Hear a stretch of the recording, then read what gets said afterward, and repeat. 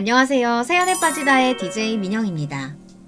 사람을 볼 때 어른에게 어떻게 행동하는지를 보면 그 사람의 됨됨이를 알 수 있다고 하는데요. 오늘 사연은 자신보다 한참인 어른인 사람에게 버릇없이 굴다가 참교육을 당하게 된 이야기입니다. 오늘의 사연도 끝까지 함께 해주시고요. 그럼 오늘의 이야기 시작해 볼게요.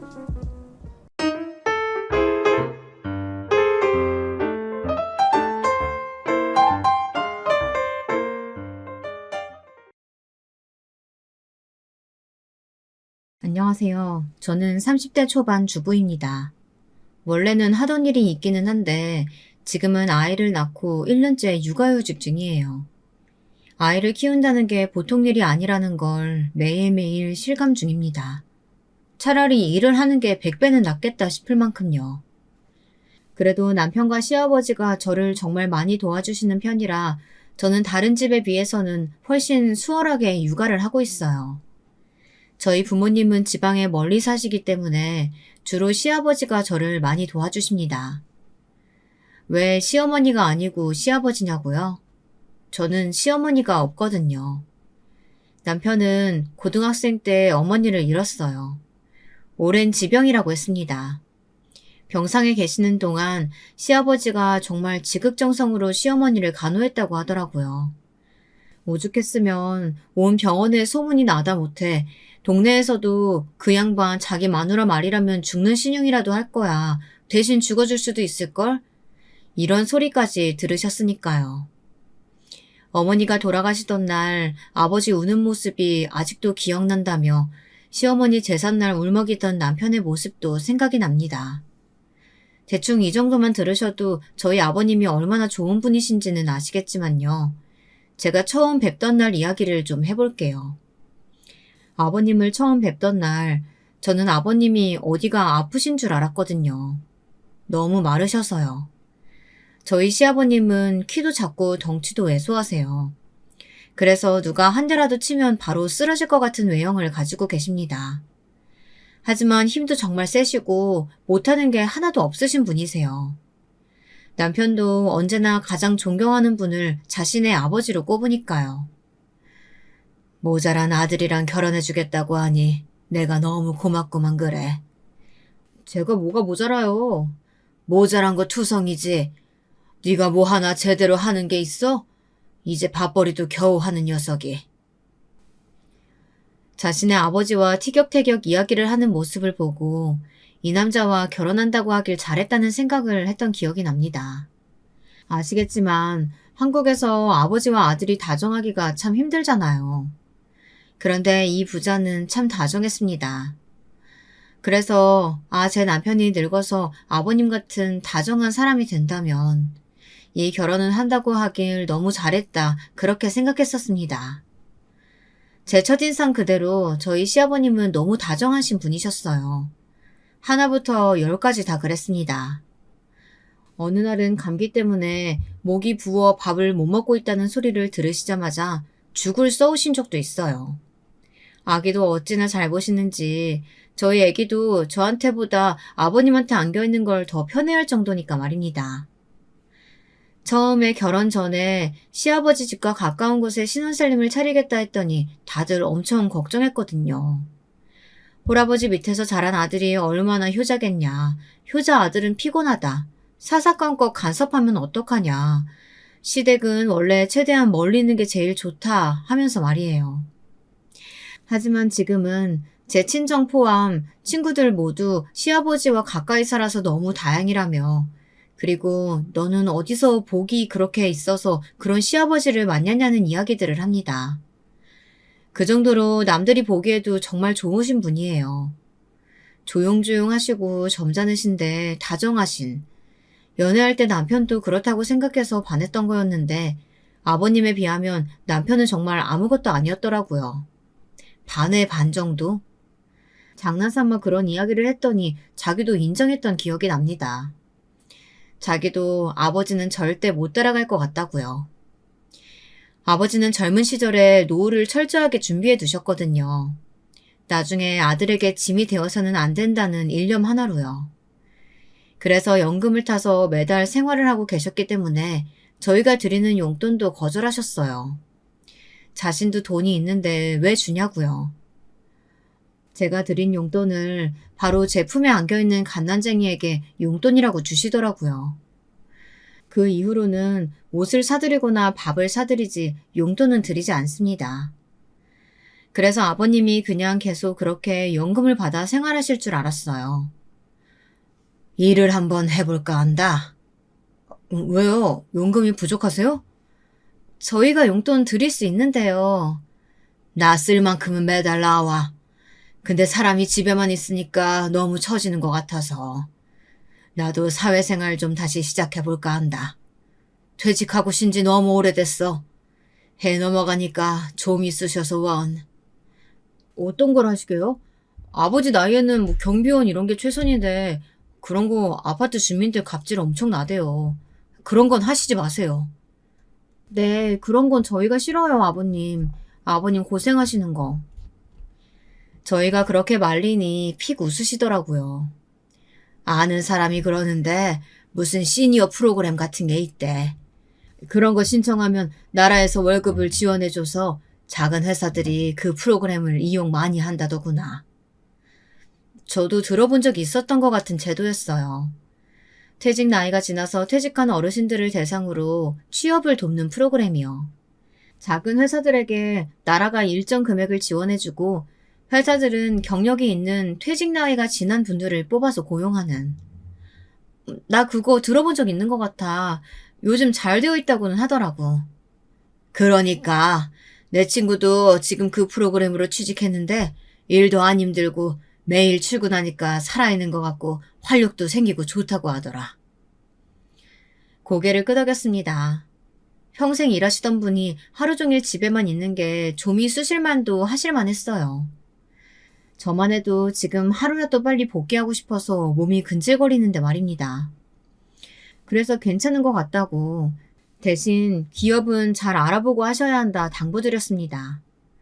그리고 얼마 뒤 취직하셨다는 연락이 왔어요. 취직하신 회사에 대해서 대충 물어보니 작은 회사지만 나름 내실이 있는 것 같더라고요. 포장지나 박스 이런 걸 만드는 회사인데 사장이 젊은 나이에 패기가 넘친다고. 그런 친구들 보고 있으면 자기도 젊어지는 것 같다고 웃으며 말씀하시길래 괜찮은 곳에 취직하셔서 다행이다 생각했습니다. 아버님이 취직하신 뒤로 제가 더 힘들어지긴 했어요. 남들은 시댁 식구를 자주 안 보는 게 제일 몸도 마음도 편하다고 하던데 저는 아버님이 자주 안 오시니까 너무 힘들더라고요. 때때로 반찬도 해주시고 아기도 봐주시고 하셨는데 말이에요. 나 아버님 취직하시니까 내가 제일 힘들어.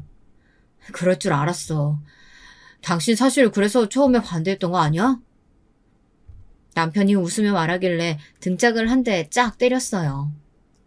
그렇게 나름 평화롭다면 평화로운 날들이 지속됐습니다. 그런데 한 달이 지나도록 아버님이 집으로 오시질 않았어요. 그래서 저희가 찾아뵙기로 했습니다. 미나도 보고 싶어 하실 것 같아서요. 그런데 집에 갔더니 컴퓨터 앞에 앉아 계시더라고요. 아버지, 저희 왔어요. 얼마나 집중을 하셨는지 저희가 왔는지도 모르시더라고요. 남편이 말을 거니까 그제야 저희를 돌아보셨습니다. 오랜만에 본 미나를 보고 반가워하시는 아버님을 뒤로하고 아버님이 하시는 걸 들여다봤어요. 컴퓨터 프로그램과 씨름 중인 것 같았습니다. 이거 뭐 하시는 거예요? 내가 그거 사용법을 몰라서 자꾸 실수해서 일의 진도가 회사에서 안 나가. 그래서 주말에 들고 와서 하고 있어. 그런데 가만 보니까 수월한 일은 아닌 것 같더라고요. 양도 꽤 많아 보였고요. 이걸 아버님이 다 정리하시는 거예요?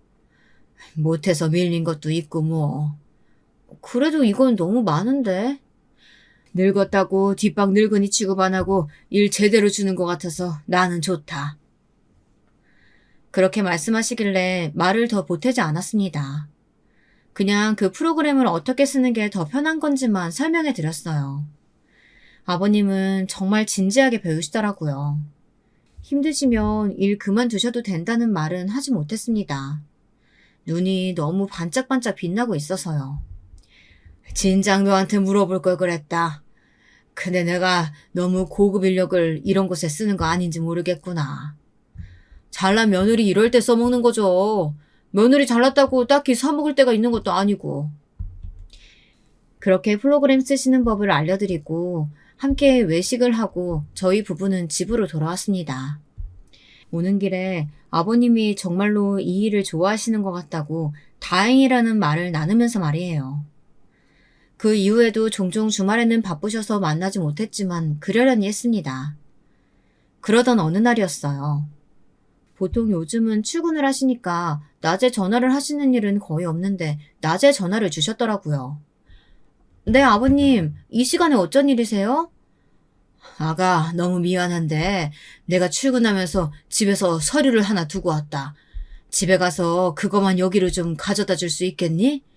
미나 데리고 나오려면 힘들 텐데 미안하다. 아니요, 괜찮아요. 어떤 서류인데요? 집 책상 위에 그 초록색 봉투에 어제 날짜 적혀 있는 봉투가 있어.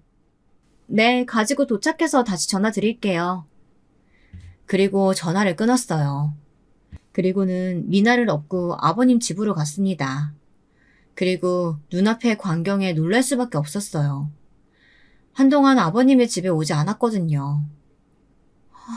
이게 다 뭐야? 집안은 온통 서류들로 넘쳐났습니다. 이게 한 사람이 그것도 시니어로 뽑은 고령의 직원이 혼자 할 수 있는 일의 양인가 싶을 만큼이었어요. 대체 무슨 일을 이렇게 하시나 싶어 널려있는 서류들을 좀 보니까 일의 일관성도 없었어요. 그냥 온갖 잡다한 서류 관리들부터 회계 정보를 정리하는 일까지 보통은 두세 명이서 해야 할 파트의 일들이 막 널려 있었습니다. 아무리 규모가 작은 회사라 팀을 나누지 않는다고 하더라도 이건 좀 심하다 싶었어요. 시니어 프로그램으로 지원받아서 돈은 적게 쓰고 노동은 더 시키는 거 이거 양아치인 건데. 그리고 아버님의 퇴근 시간이 늦는다는 걸 이미 알고 있었거든요, 저는. 야근 수당은 제대로 챙겨주는 거 맞겠지? 하는 의문이 계속 피어났습니다. 하지만 일단은 급하다는 서류부터 챙겨서 아버님 집을 나왔습니다. 다음에 아버님을 뵐 때 진지하게 다 여쭤봐야겠다고 생각하면서요. 그리고 아버님이 알려주신 주소에 도착했어요. 도착하면 앞으로 나오신다고 하셔서 전화를 했는데 받으시질 않더라고요. 그래서 잠시 기다리다 다시 전화를 드렸는데도 안 받으셔서 제가 올라가기로 했습니다. 회사는 5층이었어요. 엘리베이터를 타고 올라가서 아버님이 다니시는 회사 현판이 붙어있는 문 앞에 섰습니다. 그런데 안에서 누군가가 정말 말 그대로 고래고래 소리를 지르는 소리가 들려왔어요. 밖에서도 다 들릴 만큼 엄청나게 큰 소리로 말입니다. 아, 이 노인네가 이런 실수를 하면 어떡해? 어? 이게 얼마나 중요한 자료인데 숫자 하나 틀리면 계산이 다 틀려지잖아. 내가 마지막으로 확인 안 했으면 200만 원이나 더 지급될 뻔했다고. 당신이 물어낼 거야? 그 뒤에 누군가가 말하는 것 같았는데 목소리가 작아서 잘 들리지 않았어요. 어딘가 쎄한 기분이 들어서 문 가까이 귀를 가져다 댔습니다. 치매도 아니고 내가 병원 가서 치매 검사 받아보라고 했지? 다 늙은 노인네가 숫자 하나 제대로 못 쓰는 건 원래 치매라니까? 잘리고 싶지? 아니, 일이 너무 많아서. 그 뒤에 따라오는 주눅이 잔뜩 든 목소리는 저희 아버님이 맞았어요. 순간 누군가가 제 머리에 엄청나게 차가운 얼음물을 가져다 부은 듯 온몸이 차가워지는 기분을 느꼈습니다. 지금 아버님한테 저렇게 막말을 하는 거라고?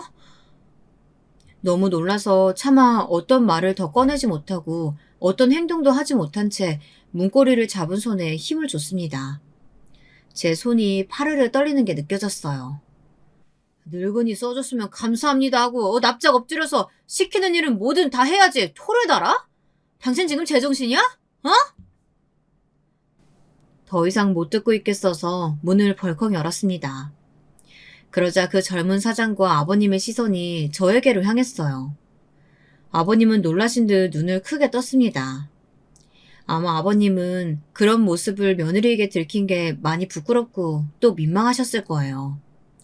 하지만 그 순간에 저는 그런 생각은 들지 않았습니다. 너무 화가 났거든요.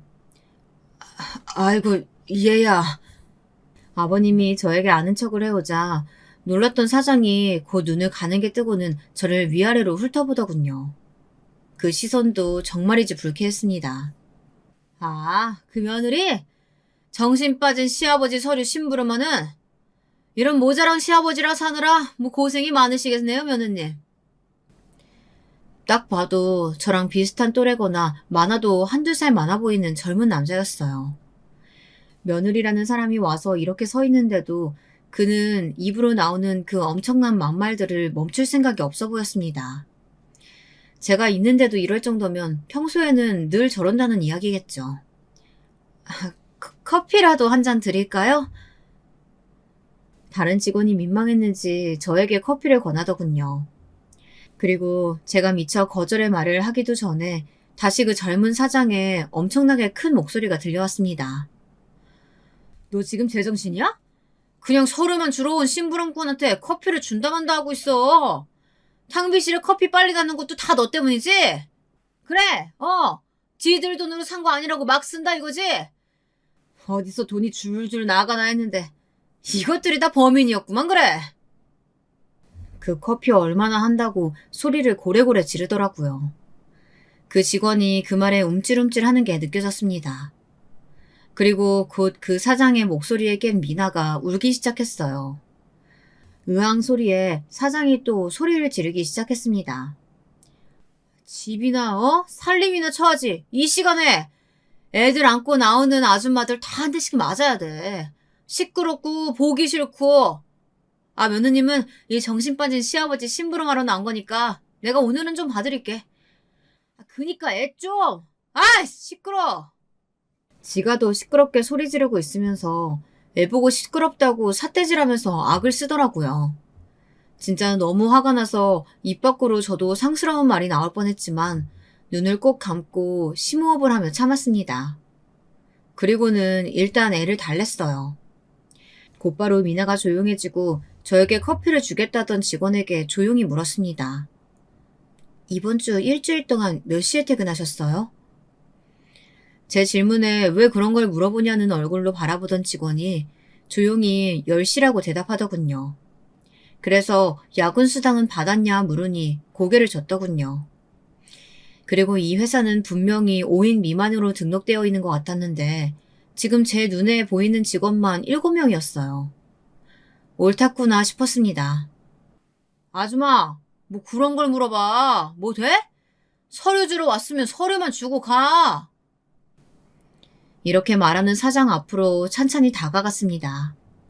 그리고는 숨을 몰아쉬고는 말했습니다. 일단 좀 작게 좀 말해 이 새끼야. 애 또 깨서 울면 나도 할 말 제대로 못하니까. 제 눈빛이 달라지고 말투가 달라지니 그 사장이 흠칫 놀라더라고요. 당연하죠. 제가 일할 때는 정말 무서운 사람으로 정평이 나 있거든요. 저희 회사에서는 그걸로 저를 모르는 사람이 없었는데 말입니다. 젊은 사장이 쪼는 걸 보고 아직 안 죽었구나 생각했어요. 뭐? 새끼? 네가 한 막말에 비하면 나는 아직 시작도 안 했는데 벌써 이렇게 파들거리면 어쩌시나. 그리고 내가 조용히 말하라고 했지? 애 깬다고. 미나를 내려다보며 다시 말했습니다. 원래 한참 낮잠을 잘 시간이기도 했고 원래 애기치고 잠기가 어두운 아이라 다행히 새근새근 잘 자더라고요. 이 아줌마가 지금 눈에 뵈는 게 없나? 다 보이니까 그건 걱정 마시고 여기 야근수당 다들 못 받은 것 같은데 사업장도 5인으로 신고돼 있는데 딱 봐도 없네요. 그쵸? 이거 다 법 어기신 거 아시죠? 제 말에 잠시 움찔하더니 곧 비웃으면서 말하더군요. 어디서 보고 들은 건 많으시네. 뭐 그런 것도 드라마에 나와? 그래서 뭐 어쩔 건데? 시아버지 모실 능력도 안 돼서 저 나이에 일하게 만든 거 보면 별 대단한 집도 아닌 것 같은데 말이야. 대단한 집안은 아니죠. 그리고 저희 아버님은 돈 때문에 일하시는 게 아니라서요. 옌병하네. 꼴의 자존심은 지키고 싶다. 젊은 사장이 저에게 다가오더니 제 어깨를 손가락으로 밀며 말하더군요. 이것도 폭행죄로 추가되는 거 아시죠? 신고하게? 그래, 해봐!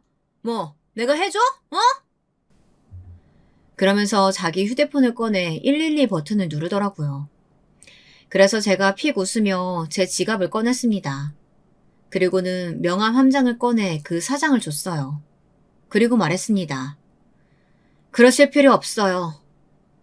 제 그 말에 제 명함을 받아든 젊은 사장이 그제야 제 명함을 확인하더라고요.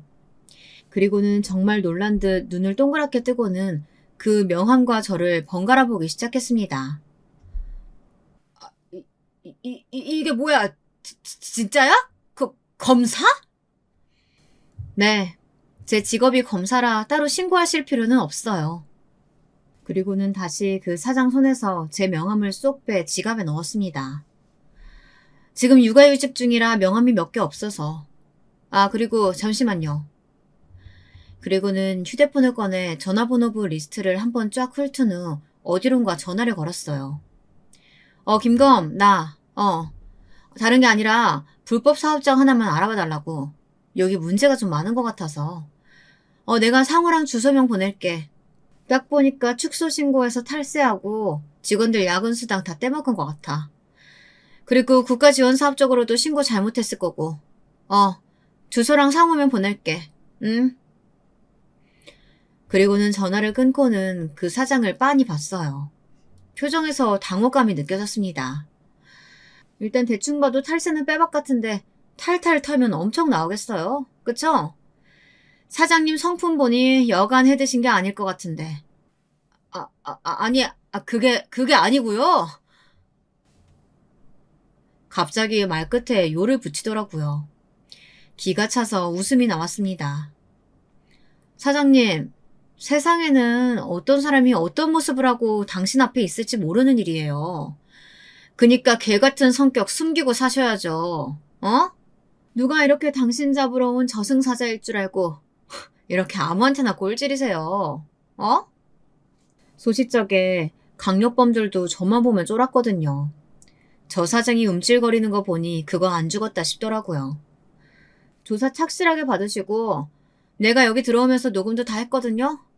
어차피 이런 거 CCTV야 다 먹통일 거고 뭐 있어봐야 음성은 또 안 들어갈 테고 폭행, 폭언에 관한 건 내가 개인적으로 신고를 하든 고소를 하든 할 테니까 딱 기다리고 계셔. 그제야 진짜 큰일 났다 싶었는지 갑자기 제 손목을 덥석 잡더군요. 제가 진짜 너무 잘못했습니다. 정말 죽을 죄를 지었어요. 한 번만 봐주세요. 제발, 검사님. 사장님, 제가 이 바닥에서 사장님 같은 사람 수도 없이 만났거든요. 한 번만 봐줘서 잘못을 진심으로 반성하고 다시는 그런 짓 안 하는 사람? 한 번도 본 적 없어. 그런 역사가 없어.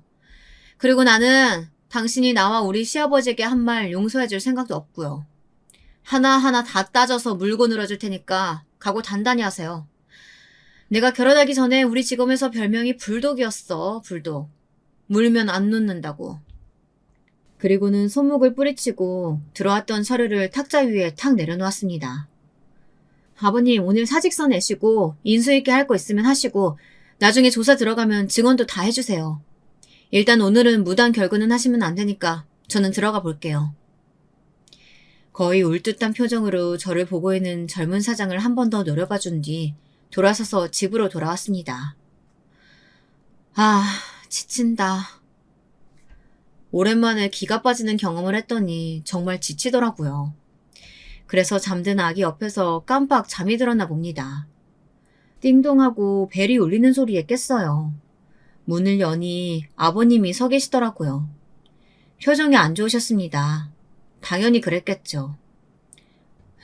오늘 너무 미안하구나. 그런 모습 보여서. 그게 왜 아버님이 미안해야 하실 일이세요. 그 자식이 미안해야 할 일이지. 그리고 그런 일 있으셨음 진작에 저한테 이야기를 하셨어야죠. 이야기를 들어보니 아버님은 그 정도 일은 다 하는 건 줄 알았다 하시더라고요. 그리고 자기가 나이가 들고 서툴러서 못하는 거라고요. 사장이 그런 식으로 나오는 건 처음에는 화가 많이 났는데 나중에는 점점 괜찮아지더라고요. 그게 괜찮아지면 안 되는 거예요. 그래, 네 말 들어보니까 그게 맞는데 내가 생각이 짧았구나. 아버님께 아버님이 하신 업무들에 대한 설명을 들었습니다. 확실히 한 사람에게 주기에는 업무의 양이나 강도가 심했어요. 아버님의 이야기와 제가 오늘 들은 것들을 정리해서 아까 전화했던 동료 검사에게 이야기를 해줬습니다. 그 사장 새끼도 진짜 더럽게 재수없긴 하네. 하필 걸려도 너한테 걸리냐? 내가 뭐? 우리 직원 불도. 암튼 진짜 탈탈 털어라. 알겠지? 나도 네가 보내준 녹음본 들어보니까 진짜 화나더라. 그런 새끼는 가만두면 안 돼. 그렇게 부탁을 하고 전화를 끊었습니다. 그리고는 퇴근한 남편에게 오늘 있었던 일에 대해 다 이야기했어요. 남편도 정말 화가 나서 당장이라도 그 사장놈을 잡으러 갈 기세더라고요. 내가 다 알아서 손 써놨어. 그 말에 가려던 발걸음을 돌렸지만 말입니다. 좀 더 알아보니 정말 가관이었더라고요. 그 젊은 사장이 행한 악행을 몇 가지 소개해드릴게요. 들으면 다들 혀를 내두르실 겁니다. 일단 회사 비품으로도 엄청나게 갑질을 해댄 모양이었어요. 커피 믹스나 볼펜 개수까지 세어가며 관리를 했답니다. 그래서 자기가 알고 있는 수량보다 적거나 하면 누가 더 가져갔는지 체크를 하고 물어내기도 했대요. 탕비실에는 커피를 많이 못 마시게 하려고 CCTV까지 설치해놨다는 말이 있을 정도라고 하더라고요. 머릿수 맞춰서 음료수를 사두고 그 이상 마시면 화를 낸다든지 아니면 5분이라도 늦은 건 정말 회사가 떠나가라 고래고래 소리를 지르면서 야근은 야근 수당도 주지 않고 시킨다든지 이런 건 내사였다고 합니다. 가장 충격적인 일은 한여름에 창고에서 에어컨도 없이 하루 종일 포장일을 시킨다는 거였더라고요. 그때 쓰러져 나간 직원들이 한두 명이 아니었다고요. 그렇게 직원들이 쓰러졌는데도 쉬게 해주는 건 꿈도 꿀 수 없었다고 했습니다. 그렇게 체력이 없어서 어디다 갖다 써? 우리 회사 같은 거 아니면 붙어있지도 못할 버러지 같은 것들아. 여직원들 사이에서 성희롱도 서슴지 않았다고 하더라고요. 어리고 예쁜 여직원들만 뽑아다 놓고 노골적으로 성희롱과 성추행을 일삼았다고요. 일단 이력서를 받으면 얼굴이고 나이부터 확인한다더군요. 그리고 면접을 보고 실무가 다르면 뒤에서 그렇게 욕을 했다고 합니다. 요즘 애들은 이게 문제야. 얼굴을 무슨 포토샵으로 다 만져놔서 실물이랑 너무 다르잖아. 그리고 새로 오는 여자 직원들에게 틈만 나면 몸매가 어떻고 피부가 어떻고 머릿결이 어떻고 하면서 외모에 대해 이야기를 하고 조금이라도 불편한 기색을 보이면 자르거나 혹은 자리로 가라고 협박을 일삼았다고 합니다. 한 번은 이런 일도 있었다고 하더라고요. 고졸인 어린 여자분이 집이 가난해 대학도 제대로 못 가고 고등학교 졸업하자마자 취직을 했는데 그 여자분에게 계속 찝쩍거렸다고요. 어깨를 슬쩍 만진다거나 몸을 밀착시킨다거나요. 사장님, 보기 너무 불편합니다. 어느 직원이 한 번은 그렇게 말한 적이 있대요. 너무 불편하다고요. 그러시지 말라고요. 그 자리에서 주먹을 내리꽂아 때린 사건도 있었다고 합니다. 그리고선 문제가 커질까봐 돈으로 합의했다고요. 그 여자분은 아마 어쩔 수 없이 돈 때문에 합의를 해줄 수밖에 없었을 거라고 다들 안타까워했습니다. 이런 사연을 듣고 나니까 더더욱 그 사장을 가만둬서는 안 될 것 같았습니다. 그 모든 이야기들을 김 검사에게 전달했어요. 그리고 며칠 뒤 현장 조사에 들어갔다는 소식을 전해 들었습니다.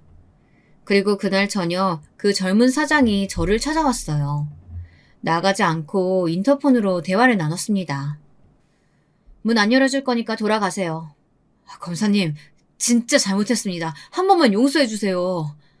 이제 제 손 떠난 일이고 잘못 있으면 벌 받아야죠. 저만 있는 것도 아니고 다른 직원들 밥벌이도 해야 되는데 한 번만 봐주세요. 제발. 제 담당 사건도 아니고 이제 제 손 떠났다니까 그러네. 무슨 말인지 못 알아들어요? 제가 만나주지 않자 집 앞에서 무릎을 꿇고 몇 시간을 그러고 있다가 결국 돌아갔어요. 어차피 봐줄 마음도 없지만 그럴 마음이 든다고 해도 이제 이 사건은 제 손을 떠나 담당 검사가 있는 사건이기 때문에 제가 어떻게 할 수 있는 게 아니거든요. 저한테 와서 일해봐야 아무 소용이 없었습니다. 물론 저한테 권한이 있다고 해도 그렇게 하진 않았겠지만 말입니다. 그리고 얼마 뒤 제가 이 일을 처음으로 얘기한 동료 검사에게 연락이 왔습니다. 그 젊은 사장이 제가 권력을 남용했다고 탄원서를 내고 또 청와대 게시판에 글을 썼다고요. 그 내용인 즉슨 이랬습니다. 안녕하세요. 저는 경기도에서 작은 사업체를 운영 중인 30대 남성입니다. 어린 나이에 성공해보겠다고 혈혈단신으로 지방에서 이곳까지 올라와 안 해본 일이 없을 정도로 열심히 살았어요. 그러다 우연한 기회에 같이 일하던 분과 사업을 하게 되었고 그분은 이제 은퇴를 하셔서 저 혼자 작게나마 회사를 운영 중에 있습니다. 워낙 작은 회사라 이것저것 부족한 게 많습니다. 자영업 하시는 분들 다들 아시겠지만 모든 걸 법대로 다 지켜가면서 하기란 정말 어려워요. 그래도 지키긴 해야 하는 게 맞습니다만 쉽지가 않았습니다. 항상 경영난에 시달리고 있어요. 그러던 찰나 나라에서 지원해주는 시니어 프로그램이 있다고 해서 어르신 한 분을 지원받아 채용을 하게 됐습니다. 워낙 작은 회사다 보니 그분한테 업무가 좀 과중된 게 있지만 그래서 전 사전에 다 고지를 했어요. 괜찮다고 하셨고 그래서 그분을 채용하게 된 겁니다. 문제는 그분이 일이 너무 서툴러서 실수가 잦았다는 겁니다. 그분의 실수로 대금을 잘못 치를 뻔한 적이 한두 번이 아니었어요. 처음에는 일이 아직 손에 익으시지 않으시기도 했고 또 업무가 많은 편인 건 맞으니 몇 번 넘어갔지만 반복되는 실수로 저도 모르게 짜증이 많이 난 상황이었습니다. 그래서 저도 모르게 그러면 안 되는 걸 알면서도 어르신에게 화를 냈어요. 그런데 마침 시아버지를 찾아오셨던 며느리분이 그 장면을 보게 된 겁니다. 저에게 따지더군요. 당신이 뭔데 우리 아버님에게 화를 내는 거냐고요. 그러면서 저희 사업장을 이곳저곳 둘러보기 시작했습니다.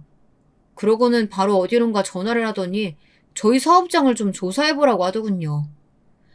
알고 보니 그 며느리분은 검사셨습니다. 아시는 분은 아시겠지만 털어서 먼지 안 나오는 사업장이 지구상에 어디 있겠습니까? 뭐라도 문제를 삼으려면 삼을 수 있겠죠. 제가 죄송하다고 몇 번이나 용서를 빌었지만 그 검사 며느리분은 들은 척도 하지 않으시더군요. 제가 그분 집 앞에 가서 무릎도 꿇었지만 만나주지도 않으셨습니다. 그렇게 저희 사업장에 대한 각종 조사가 시작됐습니다. 지금은 세무조사다 뭐다 난리예요. 안 그래도 겨우겨우 이어가던 회사가 하루아침에 망하고 저희 직원들은 다들 갈 곳을 잃게 되었네요. 물론 제가 잘못한 부분이 있습니다. 처음 일하시는 분에게 많은 업무를 맡긴 것도 또 어르신에게 화를 낸 것도 물론 잘못한 부분입니다. 그러나 이런 식의 과도한 보복 행위는 정말 너무한 것 같다는 생각이 듭니다.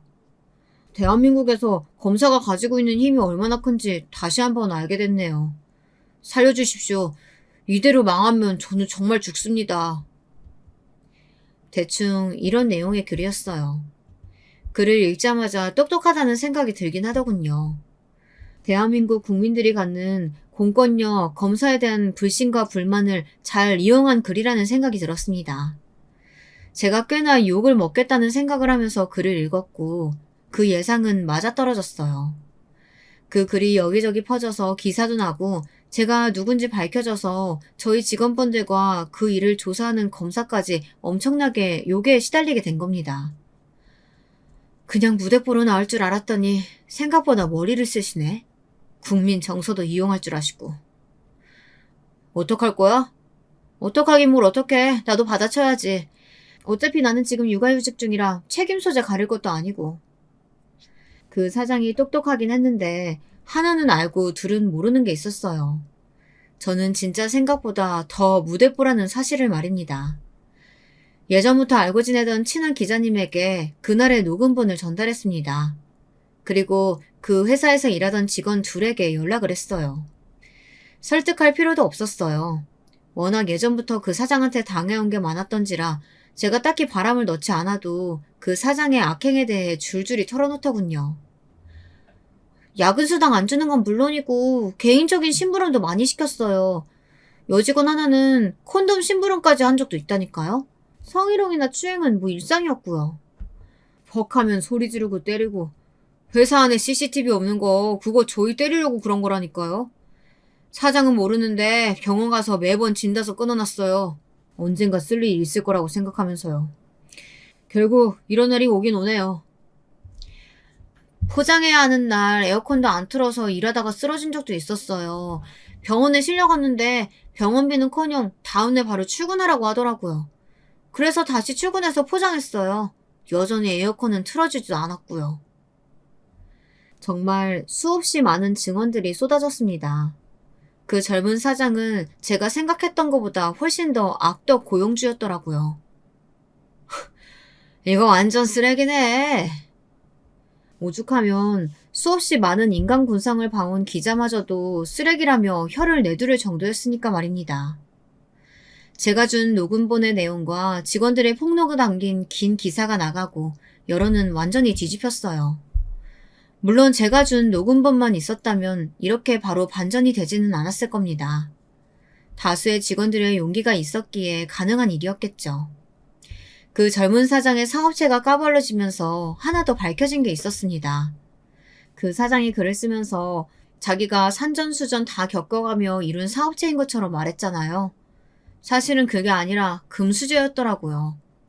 부모님의 자금과 지원으로 쉽게 시작했고 또 직원들에게는 야근 수당을 주지 않고 에어컨도 틀어주지 않으면서 슈퍼카는 여러 대 있는 그런 사람이요. 간땡이도 크다. 저러면서 지금 나한테 뭐 권력이니 뭐니 하면서 그런 거야? 이거 다 밝혀지면 욕을 몇 배로 먹을 텐데. 그러니까 말이야. 그리고 털수록 완전 장난 아니야. 뭐 탈세, 횡령에 사업하면서 저지를 수 있는 죄란 죄는 다 지었더만. 있는 것들이 더한 거 한국 사람들 제일 싫어하는데 이제 아무도 편 안 들어주겠네. 지 무덤 지가 스스로 판 거지 뭐. 정말 그랬습니다. 자기 무덤을 자기가 스스로 판 셈이 됐어요. 모든 비난의 화살을 마다못해 그 사장의 부모님들에게까지 그 일이 번졌어요. 그 사장의 부모님들도 사업을 하시는데 여론의 화살이 거기로도 향한 겁니다. 자식이 저런 걸 다 어디서 보고 배우겠냐. 그 사장 네 부모 회사도 조사해봐야 한다. 그야말로 난리가 났어요. 그쯤 되니 그 젊은 사장이 어떤 얼굴을 하고 저를 볼지 더 궁금해지더라고요. 그래서 김 검사에게 연락해 조사를 받는 날 지검을 한번 나간 적이 있습니다. 저를 보고 어떤 얼굴을 할지 궁금했거든요. 야, 이년아, 너 때문에 이게 뭐야, 어? 진짜 이게 보자 하니까 남자 무서운 줄 모르고. 내가 밤길에도 어떻게 하면 어떡하려고, 이렇게 겁대가리 없이구냐, 어? 뭐, 쓰레기인 건 알았지만, 볼 때마다 상상을 초월하더군요. 방금 이 발언으로 협박죄도 추가됩니다. 해! 다 해봐! 우리 엄마 아빠가 돈 많은 거 알지? 변호사 엄청 붙이면 여기서 나가는 거? 일도 아니야. 나가면 내가 너 가만히 안 둔다, 어? 제가 여기 나가서 동네방네 다 떠들고 다닐 거거든요. 협박받았다고. 저 무슨 일 생기면 다 님 탓인 줄 알라고요. 선생님은 아마 저한테 절대 무슨 일이 안 생기길 바라셔야 될 겁니다. 혹시나 제가 어디 다치기만 해도 거기가 나 이렇게 만든 거라고 사람들이 다 수군대게 만들 거니까. 야, 이 미친년이! 저한테 달려들려던 걸 수사관들이 뜯어말려 데리고 갔어요. 정말 가관이죠. 이 이야기가 수사관을 통해 또다시 언론으로 퍼져나갔습니다. 반성은 하지 않고 검사에게 밤길 조심하라는 협박을 했다는 내용으로 말이죠. 사람들은 더더욱 분노했어요. 그리고 그가 그렇게 당당하게 말했던 그의 부모에 대한 관심으로 이어졌습니다. 그 사장 부모 역시 사업체를 운영 중이었어요. 아들이 운영하는 회사에 주기적으로 납품을 받고 있었더라고요. 조사를 하다 보니 자연스럽게 그 부모의 회사도 털게 되었고 거기도 만만치 않은 불법 정황들이 있었습니다. 탈세나 횡령은 기본으로 깔고 가는 거고 회사 규모를 축소 신고해서 지원도 어마어마하게 받았더라고요. 이 모든 정황들이 언론을 통해 보도가 되었고 젊은 사장의 바람과는 달리 그가 쏘아올린 이 일은 생각보다 훨씬 일이 커져버렸어요. 조사 중에 그 아버지랑 아들이랑 같이 만날 일이 있었거든? 얼굴 보자마자 자기 아들 머리통을 갈기더라. 그것도 완전 풀스윙으로. 앞에 검사가 있던 말던 자기 아들을 보자마자 그 사장의 아버지는 그 사장을 패기 시작했다더군요. 야, 이 새끼야. 너 때문에 나까지 이게 뭐야? 내가 적당히 나대라고 했어, 안 했어? 아버지, 죄송해요. 잘못했어요. 그 사장은 자기 아버지는 무서웠던지 정말 싹싹 빌면서 용서를 빌었다고 하더라고요. 아들과 아버지는 어마어마한 추징금을 내야 했으며 횡령으로 실형을 살게 되었습니다. 뭐 이렇게 말하면 해피엔딩 같기는 한데 슬프게도 이 이야기는 아직 끝난 게 아닙니다. 더한 사건이 아직 하나 더 남았거든요. 그 두 사람은 돈은 많았어요. 그래서 사람들의 관심이 식었을 때 좋은 로펌에 비싼 변호사를 수십 명 써 항소를 했습니다. 몇 번에 걸친 항소 끝에 금방 사회로 나왔어요. 그 두 사람이 사회로 다시 나왔을 땐 저도 육아휴직을 끝내고 복귀를 한 상태였거든요. 여기서 이 이야기의 2막이 시작됩니다. 어느 날부터 집으로 이상한 편지들이 배송되기 시작했어요. 하는 일이 일인지라 협박성 편지나 위협을 받을 때가 많기 때문에 이번에도 별 생각이 없었습니다. 그냥 의뢰 있는 일이겠거니 했어요. 그런데 어느 날 아버님의 집에서 비슷한 일이 일어난다는 사실을 알게 됐습니다. 그때 직감했어요. 아, 그 젊은 사장놈의 짓이구나 하고 말이죠. 근데 심증은 있지만 물증은 없었습니다. 밤늦게 들려오는 협박성 전화도 수신인을 알 수 없었고 교묘하게 CCTV를 피해간 탓에 우편함에 편지를 두고 간 사람의 정체도 알 수 없었어요. 거기서 그쳤으면 장난 좀 치나보다 하고 말았을 텐데 거기서 그치지 않았습니다. 가족들끼리 다 같이 1박 2일로 여행을 가는 날이었어요. 시아버님의 생신 겸 여름 휴가 겸 겸사겸사 오랜만에 떠나는 여행이었습니다. 즐거운 마음으로 다 같이 집을 나서서 가고 있는데 뒤에서 누가 쿵 하는 소리와 함께 차를 박았어요. 순간적으로 아이를 확 끌어안아 아이는 다치지 않았지만 제가 팔을 세게 박는 바람에 뼈가 부러졌고 아버님은 머리를 부딪혀 이마가 찢어졌습니다. 가만히 있는 차를 박으면 어떡합니까? 네? 죄송하다고 했잖아요. 그게 지금 죄송하다는 사람의 태도예요? 그 사고를 낸 차주는 처음부터 이상했어요. 내리자마자 자기가 다 잘못했다고 인정은 하면서도 시종일관 껄렁대고 죄송한 사람의 태도가 아닌 모습이었습니다. 그래서 혹시나 하는 마음에 저에게 사고를 낸 그 차의 주인을 좀 알아봐 달라고 했는데요. 아니나 다를까 심부름 센터를 운영 중인 양아치더라고요. 마찬가지로 이것도 심증은 있지만 물증은 없었어요. 하지만 너무 화가 나서 견딜 수가 없었습니다. 저만 있는 차라던가 어른들만 있던 차도 아니고 어린 아이가 타고 있었잖아요. 아이가 다쳤으면 어떻게 하려고 이런 짓을. 그런 생각을 하니까 정말 피가 거꾸로 솟는 기분이 들었습니다. 이 새끼, 내가 진짜 잡아서 족친다. 나왔다 불도. 그때부터 그 젊은 사장님에 대한 뒷조사에 들어갔어요. 이번에는 제법 머리를 썼더라고요. 휴대폰 전화 기록이나 통장 기록도 깨끗했어요. 그래서 이번에는 반대로 저에게 사고를 낸 자식을 털기로 했습니다. 대한민국 검사 죽이려고 했다가 실패한 거예요. 살인 미수, 알죠? 아니, 실수로 사고를 좀 낸 거 가지고 어떻게 살인 미수가 됩니까? 검사님, 이거 과잉 수사 아니에요? CCTV에 다 찍혔어요. 우리 집 주변에서부터 내 뒤에 따라 붙은 거. 그거야 방향이 같았나 보죠. 우리 집 주변 매번 다른 차로 감시하던 것도 CCTV에 다 찍혔습니다. 닮은 사람인가 보죠. 저 아니에요. 저라는 증거 있으세요? 이렇게 나올 줄 알았습니다. 그래서 준비한 게 하나 더 있었죠. 우리 집에 얼마 전부터 이상한 협박성 편지들이 자꾸 오거든요. 근데요? 검사님이 적이 많으신가 보네요. 그래서 내가 왔던 편지를 싹 다 지문감식 의뢰를 했어요. 아니 어떤 간이 배 밖으로 나온 새끼가 대한민국 검사랑 검사 가족을 협박하는지 너무 궁금하잖아. 그게 저랑 무슨 상관인데요? 두 곳에서 같은 지문이 나왔어요. 내가 그걸 방금 그쪽 지문이랑 대조를 맡겼고. 움찔하더군요.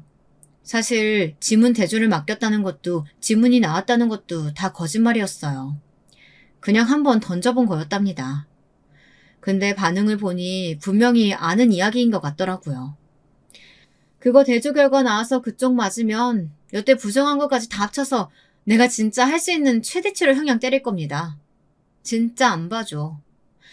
누가 시켰으면 사주받은 거랑 형량 줄어드는 거 알죠? 자기가 직접 한 거면 몇 배는 올라가는 것도 알 거고. 차주가 인상을 확 찌푸리면서 고민을 하는 것 같더라고요. 이미 돈 받은 거 있으면 그건 불법적으로 받은 거니까 돌려줄 의무 없어요. 그러니까 말해요. 네? 그것도 뻥이었어요. 근데 어디서 초짜를 데리고 왔는지 치밀하지도 못하고 어딘가 허술하더라고요. 그 젊은 사장은 이런 곳에도 돈을 아낀 게 분명했습니다. 그게 사실은... 그제야 술술 다 털어놓더군요. 그 젊은 사장이 시킨 게 맞았습니다. 저와 저희 가족을 최대한 피를 말리라고요.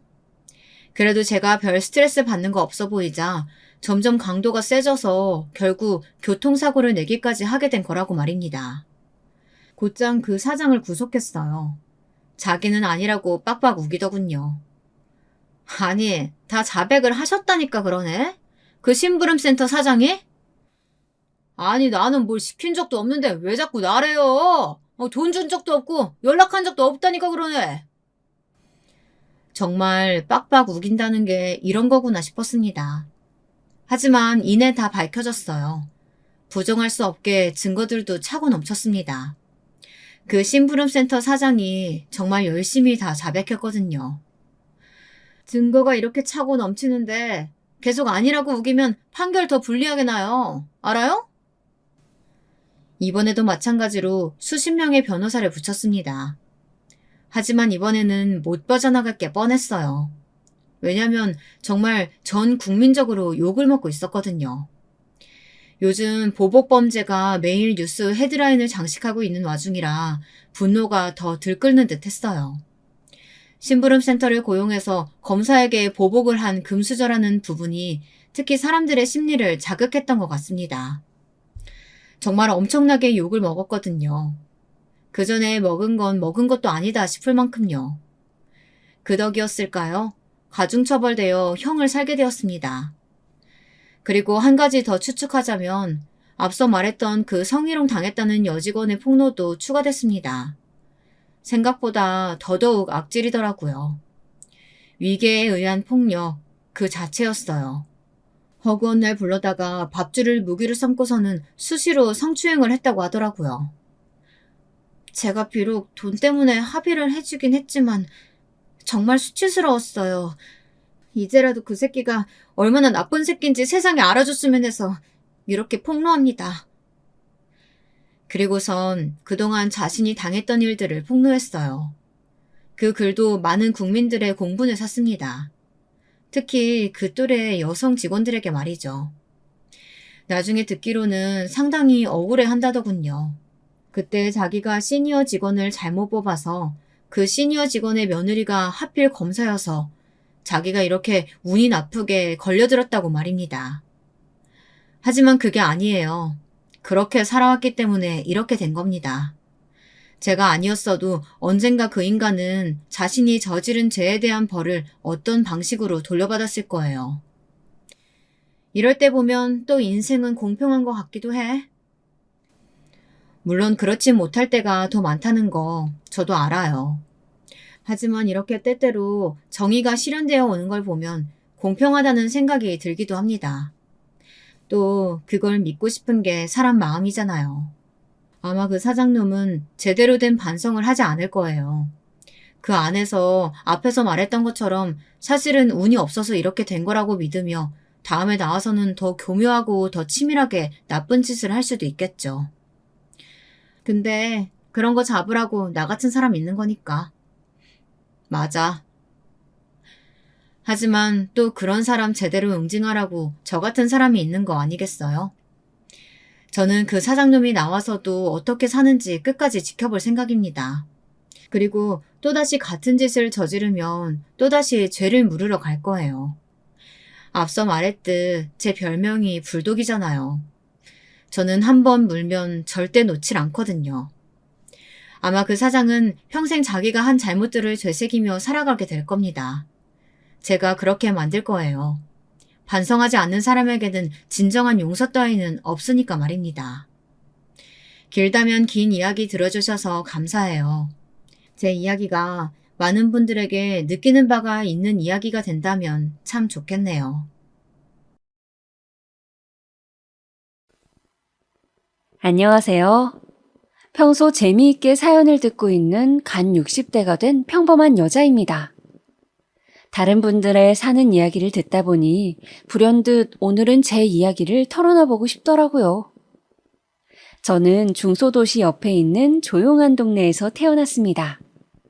5남매 중 장녀로 어렸을 적 저는 동네 전방을 꾸리시던 엄마를 대신해 남동생 2명, 여동생 2명의 밥을 도맡아 했습니다. 가끔 밥하는 게 너무 힘들면 엄마 가게에 가서 몰래 과자를 집어 먹었다가 엄마한테 혼나곤 하던 일이 기억이 나네요. 그렇게 어찌저찌 중학교를 졸업하고 저는 20살이 넘을 때까지 부모님 가게 일을 돕고 동생들을 돌보며 지냈습니다. 그러다가 옆 동네로 시집가서 잘 산다던 육촌 누나의 중매로 한 남자를 만났습니다.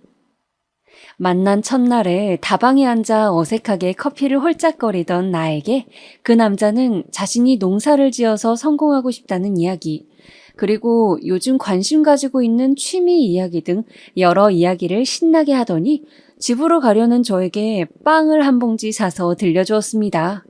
부모님과 함께 먹으라면서요. 그렇게 저는 그 남자와 백년가약을 맺게 되었죠. 소박하게 결혼식을 올리고 남편의 농사일을 도우며 신혼생활을 보냈어요. 남편은 성실하고 소박한 사람이었어요. 저도 살림에 보탬이 되고자 이것저것 동네 일들을 하면서 용돈벌이를 했답니다. 그러다 결혼하고 2년 만에 아이가 들어섰어요. 그때가 제 25살 때였습니다. 처음에 아이가 들어선 줄도 모르고 속이 안 좋다고 약도 먹고 그랬는데 나중에는 임신이란 이야기를 듣고 뱃속의 아이에게 어찌나 미안하던지요. 그 후로는 태교에 좋다는 것들을 나름 하면서 신경 써서 임신 기간을 보냈습니다. 산고의 고통을 겪고 자연분만을 하면서 다시는 아이를 낳지 않겠다고 다짐했건만 결국 저는 2년 후 둘째까지 낳았습니다. 둘째는 듬직한 첫째 아들과는 달리 아주 예쁜 딸이었어요. 갓 태어났을 때 피부가 아주 빨갰는데 그 모습을 보신 친정어머니가 피부가 하얀 예쁜 아기라고 이야기하셔서 아, 피부가 빨간 게 나중에 하얘지는 거였구나 했던 기억이 납니다. 그렇게 저는 평탄하고 소박하게 저의 20대와 30대를 남편과 복닥거리며 아이 둘을 키우면서 살았습니다. 다만 남편이 새로 농사를 사업으로 생각하고 새로운 작물들을 들여보겠다면서 시도했던 일들이 잘 풀리지 않아 형편은 늘 빠듯했습니다. 새 작물이 잘 자라지 못해 손해를 보고 거기다 흉년이 몇 번 휩쓸고 가자 우리 집은 결혼했던 당시보다 많이 가세가 기울게 되었어요. 그래도 고맙게도 우리 아이들은 사춘기 때도 그렇게 속을 많이 썩이지 않았고 저는 주변의 부러움을 사곤 했죠. 또 자라면서 큰아이는 제법 공부를 잘했어요. 그래서 아들이기도 하고 첫째이기도 해서 저희 부부는 아들에게 큰 기대를 걸고 재수도 시켜주고 대학을 가게 되자 자취방도 얻어주고 취업 준비에 필요한 영어 학원 돈이며 필요하다는 대로 돈을 항상 빌려서라도 마련해 보내주었습니다. 이름 대면 알만한 회사 정도는 들어가겠지 하면서요.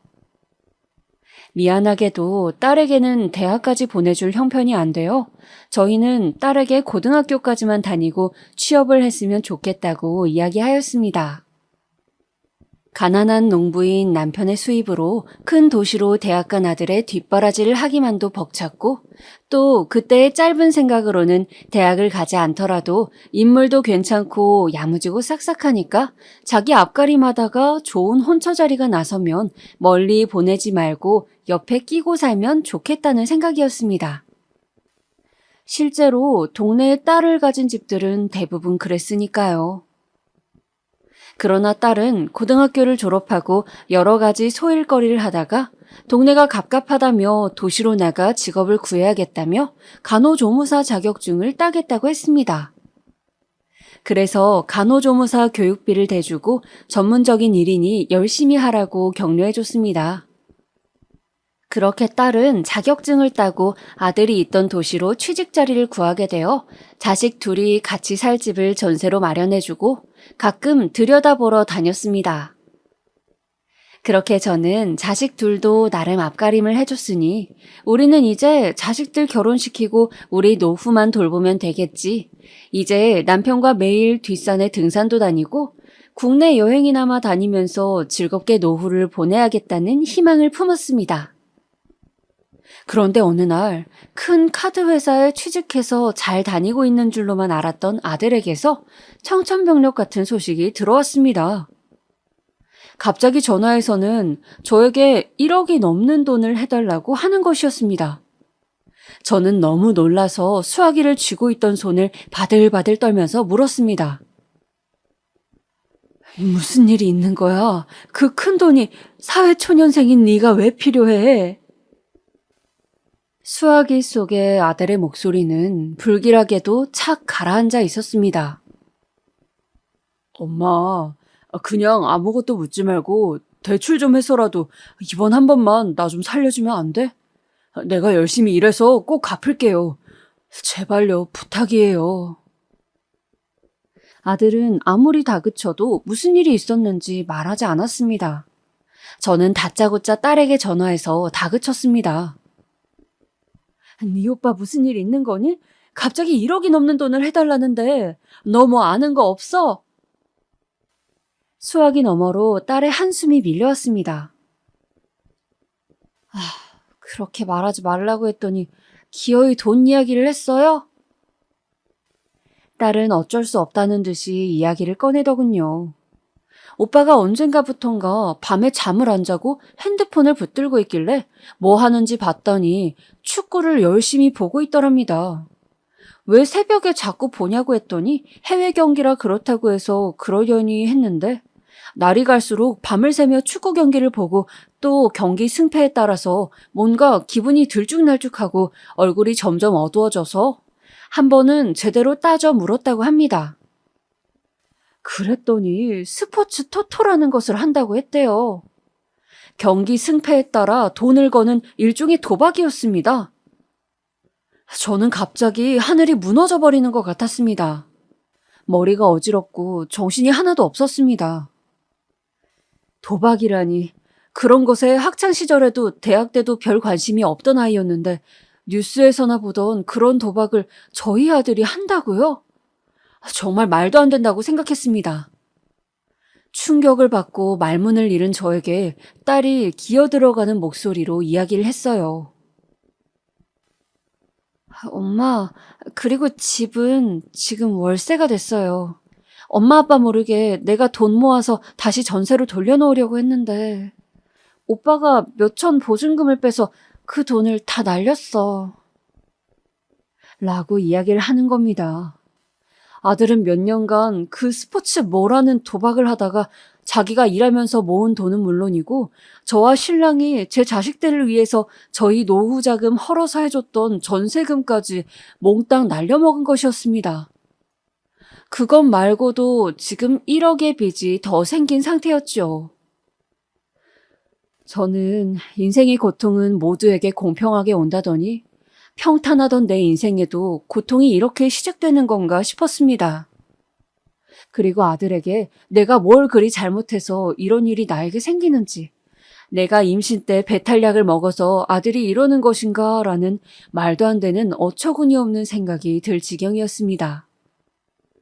딸도 저도 더 이상 할 말이 없어서 그냥 일단 알겠다고 전화를 끊고서 남편에게도 말하지 않고 일이 있어서 나갔다 오겠다고 하고는 버스를 타고 1시간 거리에 있던 바닷가를 갔습니다. 해변가 근처 칼국수 집에서 칼국수를 한 접시 시켜두고 잘 먹지도 못하는 소주 한 병을 시켰습니다. 그리고 헷가닥 눈이 돌았는지 그 소주를 물잔에 담아서 한 잔을 한 번에 다 마셔버렸습니다.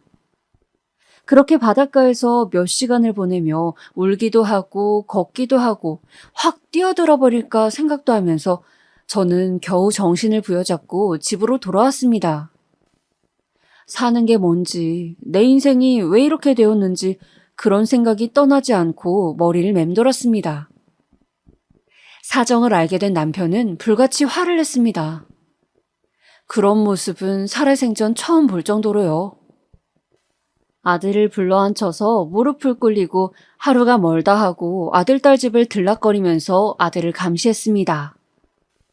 당장 쌓여있는 빚은 결국 한 채밖에 없던 집을 팔아서 충당하였고 저희 부부는 나이 50에 새를 살게 되었습니다. 그렇게 감당하기 힘든 일을 겨우 수습할 무렵 딸에게서 또 전화가 왔습니다. 엄마, 오빠가, 엄마. 딸은 제대로 말을 할 수 없을 만큼 울먹거리고 있었습니다. 저는 등골을 타고 식은땀이 흘러내리는 것을 느꼈습니다. 무슨 일이야? 응? 은영아, 무슨 일이니? 왜 그래? 도박은 중독이라고 했던가요? 죽을 때까지 못 끊어서 손을 잘라야 된다고 했던가요? 제 아들이 또 도박에 손을 댔던 것입니다. 이제는 월급까지 차압당하는 신세가 되었다고 했어요. 딸은 자신이 모았던 돈을 다 털어넣고 오빠를 도와보려 했지만 눈덩이처럼 불어가는 이자로 감당이 안 된다며 전화하는 내내 울었습니다. 오빠 좀 자기 인생에서 떼어내달라고 소리를 치면서요. 이제 이렇게 오빠 뒤치다꺼리 하면서 그만 살고 싶다고요. 저희 부부 역시 마음이 천갈래 만갈래 낭떠러지로 떨어지는 듯 하였습니다. 너무 깜깜해서 얼마나 깊은지도 알 수 없는 구덩이에서 우리 가족 모두를 끌어당기는 악마의 손이 튀어나와 모두를 삼키는 것 같았어요. 득달같이 자취집으로 가보니 아들은 편지 한 장을 남겨두고 떠나버린 후였습니다. 월급은 차압이 들어가서 직장을 그만뒀고 한동안 나를 찾지 말라고 죄송하다고 쓰여 있었습니다. 차마 저희의 얼굴을 볼 수 없었겠죠. 전세로나마 버티고 있던 저희 부부는 전세금마저 빼서 그동안 모아온 전 재산을 아들 때문에 다 날리고 동네 낡은 빌라 월세를 사는 신세가 되었습니다. 다행히 남편의 일은 정년이랄 것은 없어도 기운이 있는 한 농사를 지을 수는 있기에 하루하루 입에 풀칠은 하며 사라졌습니다. 저는 동네 식당에서 야채 다듬는 일을 구해 하루 5시간은 꼼짝 않고 허드렛 일을 했습니다. 때로는 너무 힘들어서 죽고 싶기도 했지만 같이 고통을 견디고 있는 남편과 아들 때문에 힘든 시간을 보낸 딸아이를 생각하니 무책임하게 그럴 수는 없었습니다. 아들이 그렇게 사라진 후 딸은 얼굴이 좀 나아졌고 간호조무사 말고 간호사를 하고 싶다면서 장학금을 받아 간호대학교를 다시 진학한다고 했습니다. 아무것도 해주지 못한 부족한 어미로서 얼마나 기특하고 대견하던지 딸에게 정말 고맙고 미안했습니다. 그 후 몇 년 동안 딸은 타지에서 열심히 대학 공부를 하고 저희 부부는 다시 소박한 생활을 이어가며 아들로 인한 분란은 일견 사그라지는 듯 보였습니다. 그러던 어느 날이었습니다. 딸이 말도 없이 집에 내려온 것이었어요. 그것도 과일 바구니를 들고 있는 어떤 청년과 함께요. 저는 놀라서 허둥지둥 없는 살림에 불고기와 찌개 등을 급하게 차리며 일을 마치고 집에 올 남편에게 전화를 걸었습니다. 여보, 우리 은영이가 청년하고 같이 집에 왔어요. 얼른 들어오세요. 남편 역시 깜짝 놀라면서도 내심 기꺼운 낯빛으로 집으로 돌아왔습니다. 우리 집에 인사를 온 청년은 은영이의 남자친구로 둘은 1년을 만나왔다고 했습니다. 놀랍게도 은영이가 간호사 공부를 끝내고 취직한 병원의 인턴 의사였습니다. 둘 다 갓 취업한 시기에 직원 휴게실에서 자주 마주치다 보니 친해져서 수다를 떠는 사이가 되었는데 그러다가 연애를 하게 되었다고 했어요. 저희는 싫지는 않았지만 의사라는 젊은이의 직업이 넘치는 것 같아서 좀 조심스러웠어요. 너무 기우는 만남은 좋지 않다고 하니까요. 그렇지만 그 청년을 바라보며 웃는 딸아이의 환한 미소 때문에 차마 그만 정리하라고 이야기를 할 수가 없었어요. 그리고 한 1년여쯤 지났을까? 딸은 그때 소개했던 남자친구와 결혼 생각을 하고 있다며 행복에 겨운 표정으로 저에게 허락을 구했습니다. 저는 딸의 이야기를 듣고 시집살이를 하지 않을까, 우리가 해줄 수 있는 게 없는데 예단이며 혼수며 다 어떻게 하지 등등 여러 생각에 잠을 못 자면서도 우리 딸이 이제 편하게 살겠구나. 그래, 너라도 힘들지 않게 행복하게 살아라 하고 마음속으로 부처님, 하나님, 천지식명님께 빌었습니다. 그 후 몇 년간 저희 부부는 저는 식당 일을 계속하고 남편은 이제 농사 짓던 규모를 많이 줄여 조금만 일을 하면서 잘 지냈습니다. 건강도 다행히 괜찮았고 가난했지만 그럭저럭 평온한 생활이었어요.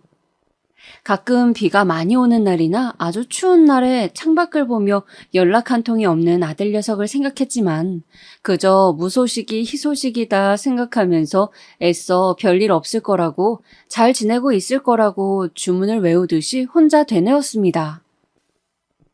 그렇게 아들이 우리 가족 옆에서 사라진 지 10년도 더 지난 해 어느 추운 겨울날이었습니다.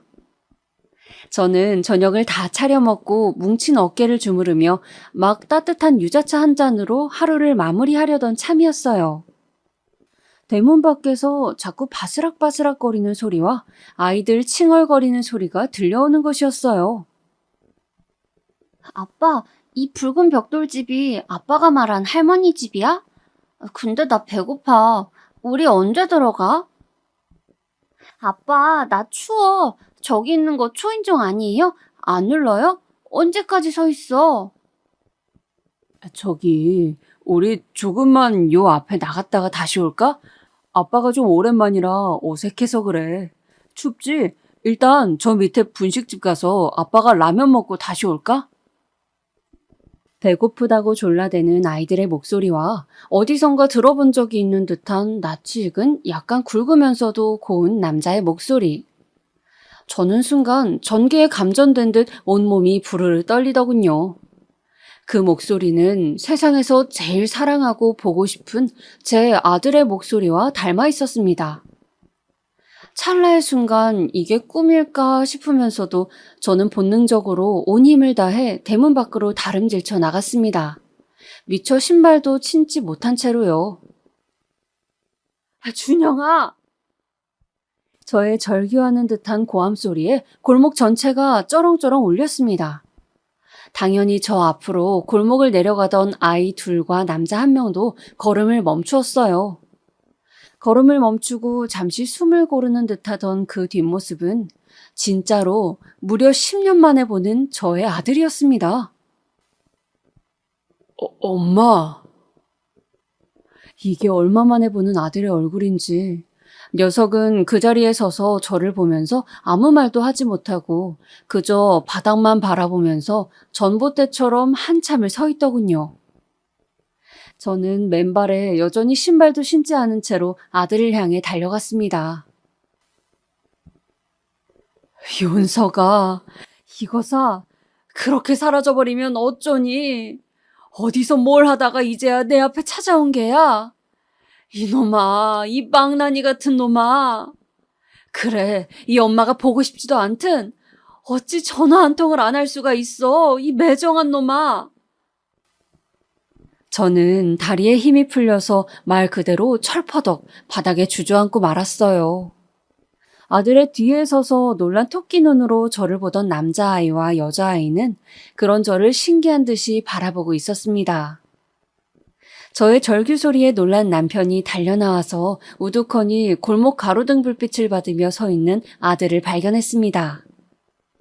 그이도 역시 많이 놀란 듯 숨을 몰아쉬다가 냅다 집으로 달려들어가 마당에 있던 빗자루를 가져오더니 갑자기 아들을 두들겨 패더군요. 퍽퍽. 아들은 빗자루에 맞아 서 있지도 못하고 나동그라졌지만 남편은 매질을 멈추지 않았어요. 아들 역시 가만히 맞고만 있었습니다. 전혀 아프지 않은 사람처럼요.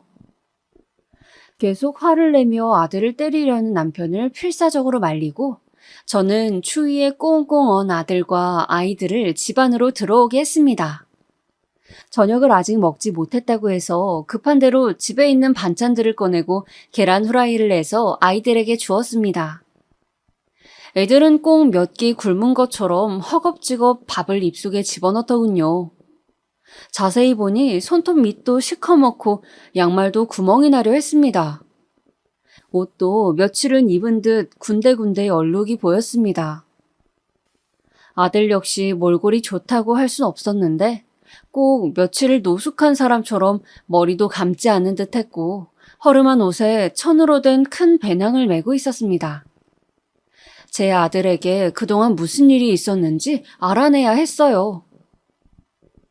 그날 아이들을 재우고 나서 저는 겨우 아들과 마주 앉을 수 있었습니다. 한참 동안 아들은 식탁보의 무늬를 뚫어지게 바라보면서 저와 남편의 시선을 계속 회피하다가 결국 깊은 한숨을 쉬며 그간의 사정을 털어놓기 시작했습니다. 두 번째로 사채까지 써서 도박을 했던 그때 아들은 사태를 혼자 수습해보려고 했지만 회사 월급까지 차압이 들어가게 되자 도저히 사채빚도 감당할 수 없고 또 우리 얼굴을 볼 자신도 없어 혼자 짐을 꾸려서 고속버스를 무작정 탔다고 해요. 그렇게 5시간여를 달려 당도한 곳은 작은 어촌이었는데 그곳에서 바다를 보면서 아들은 죽으려고 계획을 세웠대요. 이대로 날이 저물면 눈 딱 감고 바다로 뛰어들어 버리자. 그런데 그렇게 혼자 무서운 결심을 하고 바닷가를 서성대는 아들을 우연찮게 본 어촌 사람들이 아들에게 다가와 지금 일손이 부족하니 일을 좀 도와달라고 부탁하면서 며칠 일당을 받았대요.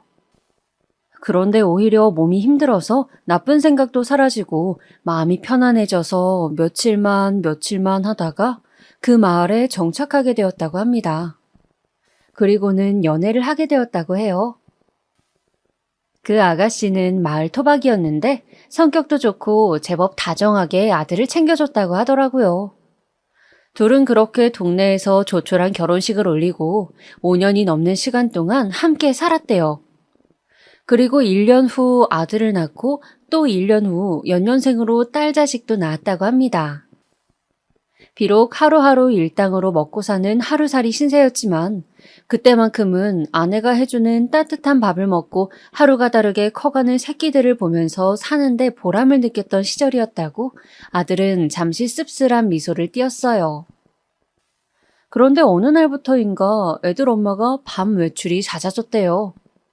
말로는 동네 애들 엄마하고 치킨을 먹는다, 오늘은 반상회 모임이 있다 했지만 하루가 멀다 하고 밤늦게 애들을 맡기고 외출을 하는 것이 수상하여 어느 날은 옆집 할머니께 애들 좀 부탁하고 미행을 했다고 하는데 그날 아내가 동네 총각과 바람이 났다는 것을 알게 되었답니다. 화가 머리끝까지 난 아들은 아내를 다그쳤고 그 여자는 오히려 적반하장으로 화를 냈다고 했습니다. 당신처럼 변변치 못한 사람과 이 작은 동네에서 평생을 애나 돌보면서 구질구질하게 살고 싶지 않다고. 나는 지금 만나는 애인을 따라 서울로 가서 꼭 성공할 거라고 이혼을 요구했대요. 아들은 그때까지도 자신에게도 부모님과 여동생이 있다는 이야기나 사실은 이름 되면 알만한 대학을 나왔다는 얘기, 또 왜 이 어촌까지 오게 되었는지를 말하지 않았대요. 그런 이야기를 했었다면 좀 나았을까? 아내를 데리고 부모님 옆으로 이사 왔다면 어땠을까 이야기하면서 제 아들은 낡고 더러운 옷소매에 쓰디쓴 눈물을 한 바가지 쏟아내더군요. 그리고는 저희에게 부탁을 했습니다. 정말 염치 없지만 자신은 애들을 키울 돈을 벌기 위해서 원양어선을 타러 가야 한다고요.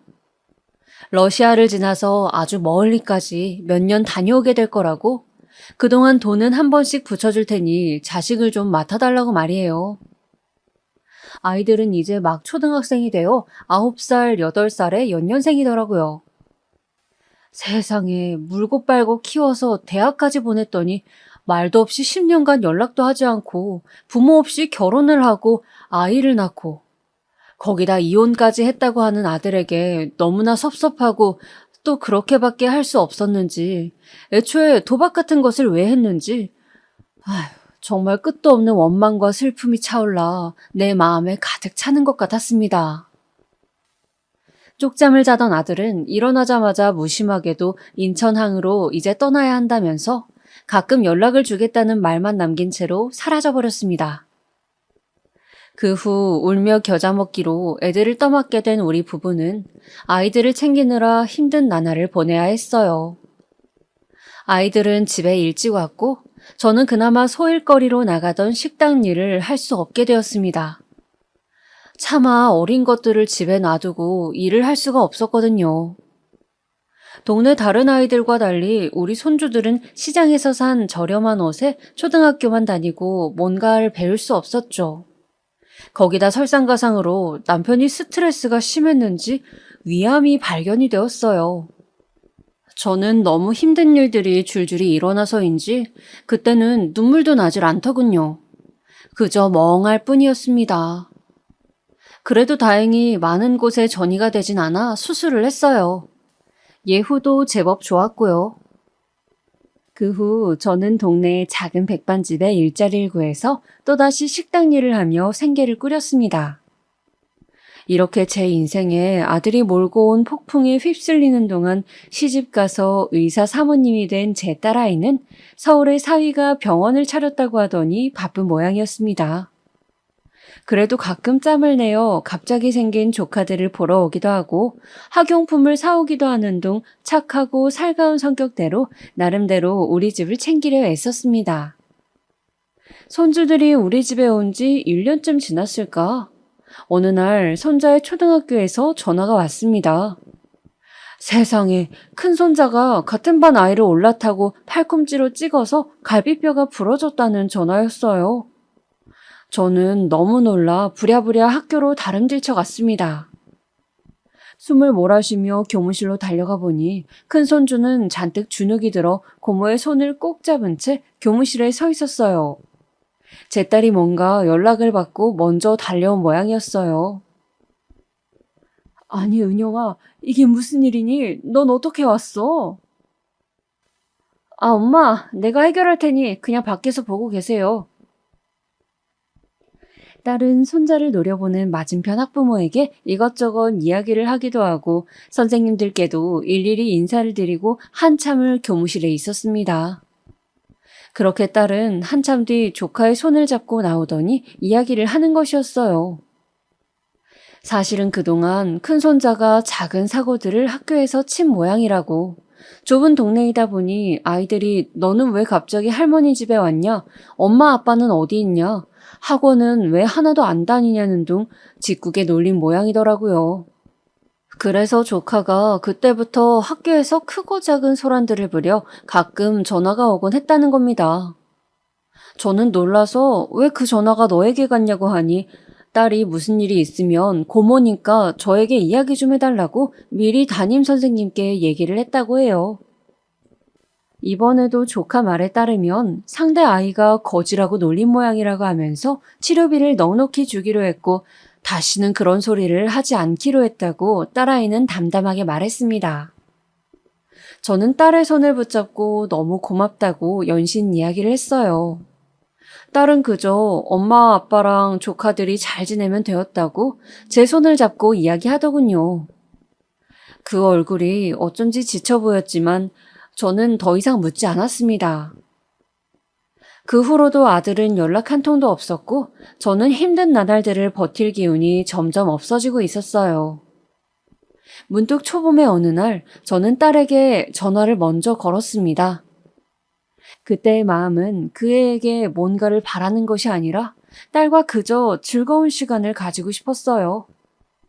그래서 저는 다짜고짜 딸아이에게 연락을 해서 서울에 한번 가겠다고 얼굴 본 지도 오래됐는데 밥 한 끼 함께 먹자고 했습니다. 그리고 식당 일을 휴가 내고 딸의 결혼식에 딸이 맞춰줬던 고급 치마 정장을 차려입고 머리에 고데기도 하고 오랜만에 화장도 한 채 고속버스를 타고 서울에 도착했습니다. 딸은 오늘 할 일이 많아서 저를 터미널로 데리러 올 수 없다고 미안하다고 했지만 저는 다 괜찮았어요. 하나도 섭섭하지 않았습니다. 저는 조금 헤맸지만 물어물어 딸이 예약했다던 식당에 드디어 도착했습니다. 그곳은 일식집이었는데 깔끔하고 으리으리했고 한 직원이 나서서 룸으로 안내해 주더군요. 가면서 직원은 웃으며 저에게 친절하게 말을 걸었어요. 그동안 따님께서 정말 미인이라고 생각했는데 어머니를 쏙 빼닮으신 거였군요. 따님 가족분들이 자주 오시는데 너무 행복한 가정이에요. 뿌듯하시겠어요. 저는 그런 부러움을 처음 받아봐서 얼떨떨하기도 하고 너무 기분이 날아갈 듯이 좋기도 했습니다. 그리고 딸의 인생이 부럽기도 하고 자랑스럽기도 했어요. 룸으로 들어서자 딸은 아직 오지 않았더군요. 저는 기분을 잔뜩 낸 터라 어쩐지 들뜬 마음으로 딸을 기다렸습니다. 그렇게 30분을 기다린 끝에 딸이 도착했어요. 아, 엄마 오셨어요? 제가 좀 늦었죠? 딸은 고급 외투를 걸치고 손가락에는 커다란 다이아 반지를 끼고 있었어요. 저는 딸이 재벌 사모님처럼 보인다는 생각에 기분이 더 좋아지더군요. 뭔가 잔뜩 비싸 보이는 음식들이 줄줄이 나왔어요. 음식 하나하나가 너무 깔끔하고 맛있었고 딸이 사는 이야기를 하며 웃는 모습을 보니 즐거워서 저도 한참을 웃으며 이야기를 했습니다. 사위가 차린 피부과는 제법 자리를 잡아 단골 환자들이 많이 늘었고 딸이 30대 초반에 낳은 손녀는 6살이 되어 아주 비싼 유치원을 다니는데 이제 제법 영어를 배워서 잘한다고 했어요. 또 골프도 배우고 발레도 보내고 있다고 하더라고요. 이런 생각을 하면 안 되는데 머릿속에서 자꾸만 저희 집에서 초코파이 하나를 가지고 다투고 있을 친손주들이 떠올랐어요. 저기 은영아, 그런데 네 조카들 말이야. 요즘은 초등학생들도 학원도 많이 다니고 하던데 언제까지 계속 학교만 다닐 수도 없고 어떻게 하면 좋겠니?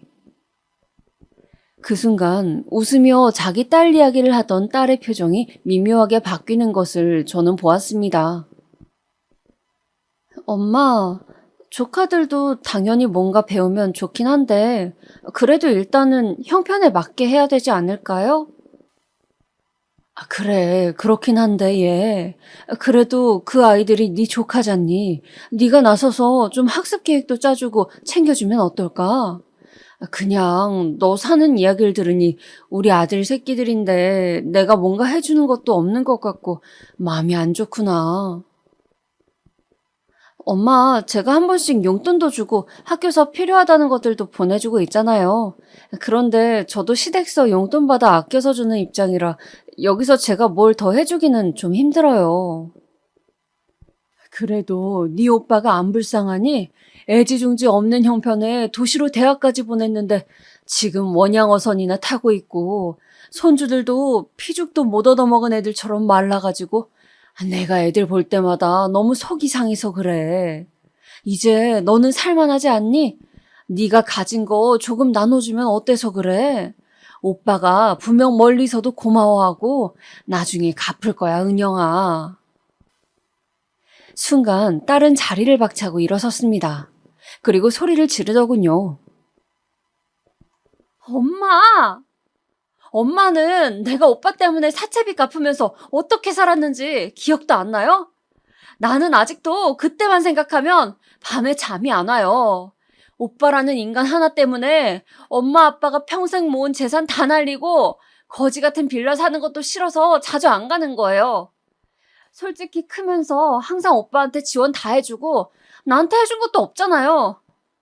이제 왜? 나 좀 살만하다 싶으니까 뭐 콩고물이라도 받아먹고 싶어요? 조카? 누구 배에서 나왔는지도 모를 애들까지 내가 조카로 받아주고 뭐 생활비라도 다달이 붙여야 돼요? 그동안 큰 조카 사고 친 거 해결하는데 합의금이 얼마나 들었는지는 아세요? 그 합의금 때문에 시댁에서도 아시게 돼서 제가 얼마나 꾸중 들었는지 아냐고요. 이번에 자기 아들이 뭐가 부족해서 열쇠 몇 개 못 받고 그런 결혼했냐고. 네가 아무리 잘해도 아파트, 차, 빌딩 그런 거 못 받은 거 아쉽다고 그런 소리까지 하시던데 그럴 때마다 내가 얼마나 억장이 무너지는진 알아요? 엄마 솔직히 나 결혼할 때 꼴랑 100만 원 준 거밖에 더 있어요. 오빠한테 지원해 준 거, 돈 쓴 거 나한테 반만! 아니 3분의 1이라도 해줬다면 내가 이러고 눈치 보면서 살겠냐고요. 이런 소리 하실 거면 재수 없으니까 얼른 일어서세요. 꺼지라고요. 저는 딸의 처음 보는 격앙된 모습에 너무 놀랐습니다.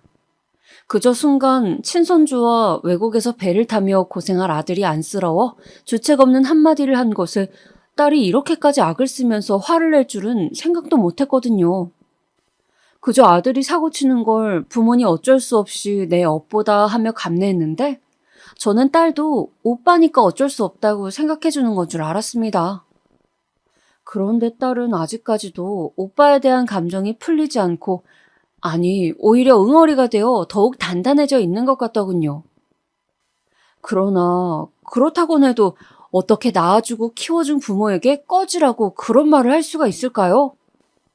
저는 착하고 착했던 제 딸이 왜 이렇게 변했나 생각하면서 말했습니다. 그래, 네 마음 잘 알겠다. 결혼하고 자주 들리지 않아 섭섭했지만 바빠서 그렇겠거니 생각했고 잘 사는 모습 보기 좋다고 생각했는데 부모에게 대놓고 그런 소리까지 할 정도면 이제 너는 내 자식이 아닌 것 같구나. 오늘 잘 얻어먹었다. 내가 사줬어야 하는데 염치 없지만 돈이 없네. 앞으로 그 잘난 시댁 어르신 모시고 잘 지내라. 말을 겨우 마치고 간신히 비틀대는 몸을 일으켜 한 발 한 발 걸어갔습니다. 지금 넘어지면 안 된다는 생각을 하면서요.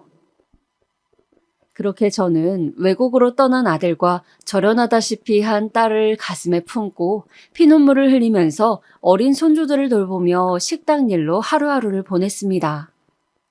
때로는 손주들이 너무 버거워서 잠든 손주들의 볼을 쓰다듬으며 한없이 울었습니다. 고아원에 맡길까라는 몹쓸 생각도 했죠. 그때만큼 인생이 고통스러웠던 때가 없는 것 같아요. 정말로 새벽에 일어나서 밤 늦게까지 집에서 할 수 있는 부업이라도 하면서 아픈 허리와 손목을 파스로 덕지덕지 도배를 한 채로 버틸 때면 이 한 목숨 부지하기가 너무 힘들다는 생각과 그저 얼른 죽고 싶다는 생각뿐이었습니다. 그러나 차마 아직 어린 두 손주와 암을 겨우 이겨낸 남편 앞에서 그런 내색을 할 수가 없어서 많이 힘들 때면 집 앞 골목에 나가서 횡단보도를 천천히 건너면서 지나가는 차가 나를 혹시 치고 간다면 편하게 죽을 수 있을까? 죽으면 이런 지옥 같은 삶이 끝나겠지.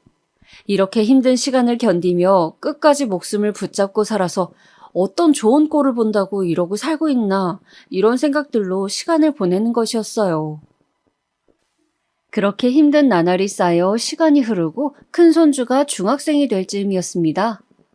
제가 일하던 백반집 사장님이 어느 날 그러시는 거예요. 언니, 제가 사정이 있어서 다른 지방에 좀 가 있어야 하는데 언니가 당분간 맡아서 이 식당 운영을 좀 해보시면 어떻겠어요? 제가 없는 동안 나오는 수입은 언니가 다 가지셔도 돼요. 저는 그저 이 식당 계속 유지되기만 하면 되거든요. 뜻밖의 제안이었습니다. 저는 좀 얼떨떨했지만 사장님은 그저 몇 달 지방에 간 김에 푹 쉬려고 그러신다는 말을 남기고 저에게 가게를 통으로 맡기고 가셨어요. 저는 사장 아닌 사장이 된 것에 신이 나서 신나게 식당 일을 했어요. 다행히 남편이 건강이 괜찮고 아이들도 제법 자라서 제가 일에 좀 더 몰두할 여건이 되었죠. 그러던 중 옆집에 새로 수제 햄버거 집을 오픈했다며 한 청년이 인사를 하러 왔어요. 요즘 사람 같지 않게 시루떡을 한 접시 들고요. 저는 떡을 들고 인사를 오는 게 너무 오랜만이라 마음이 푸근해지는 것 같아 그 청년과 가끔 수다를 떨게 되었어요. 대학을 졸업하고 학생 때부터 햄버거를 좋아해서 결국 창업을 하게 되었다고 하더군요. 그리고 이야기를 나누다가 청년은 어머니도 저처럼 배달 어플 한번 써보세요. 이게 생각보다 쏠쏠하거든요. 라며 뭔가 어려워 보이는 어플이라는 것을 설명해 주었습니다. 업체에 이야기하고 가게 메뉴나 금액을 올리면 사람들이 배달 주문을 시킨다는 거였어요.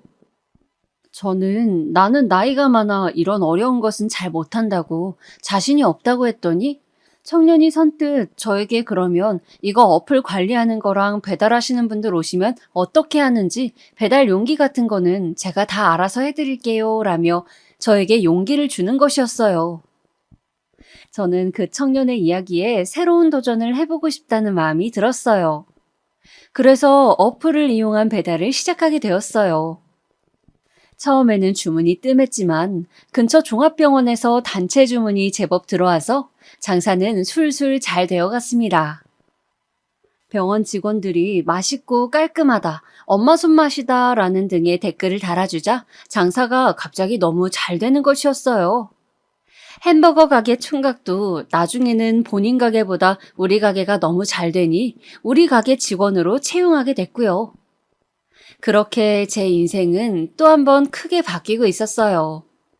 상상도 못할 큰 돈을 벌게 되면서 저는 아파트로 이사도 가고 손주들 학원도 마음껏 보내줄 수 있게 되었습니다. 또 한 번씩 안부를 전하던 아들에게도 돈 안 보내도 되니 힘든 선원 생활 그만두고 얼른 한국으로 돌아와 같이 지내자고 이야기할 수 있게 되었습니다.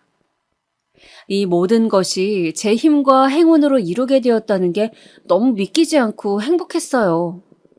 물론 기쁜 마음의 한켠에는 울던 딸아이의 모습이 날카로운 아픔으로 남아있었지만요. 또 저는 사실 가게가 잘 될수록 나중에 사장님께 다시 넘겨야 하는 것이 아쉽기도 했습니다.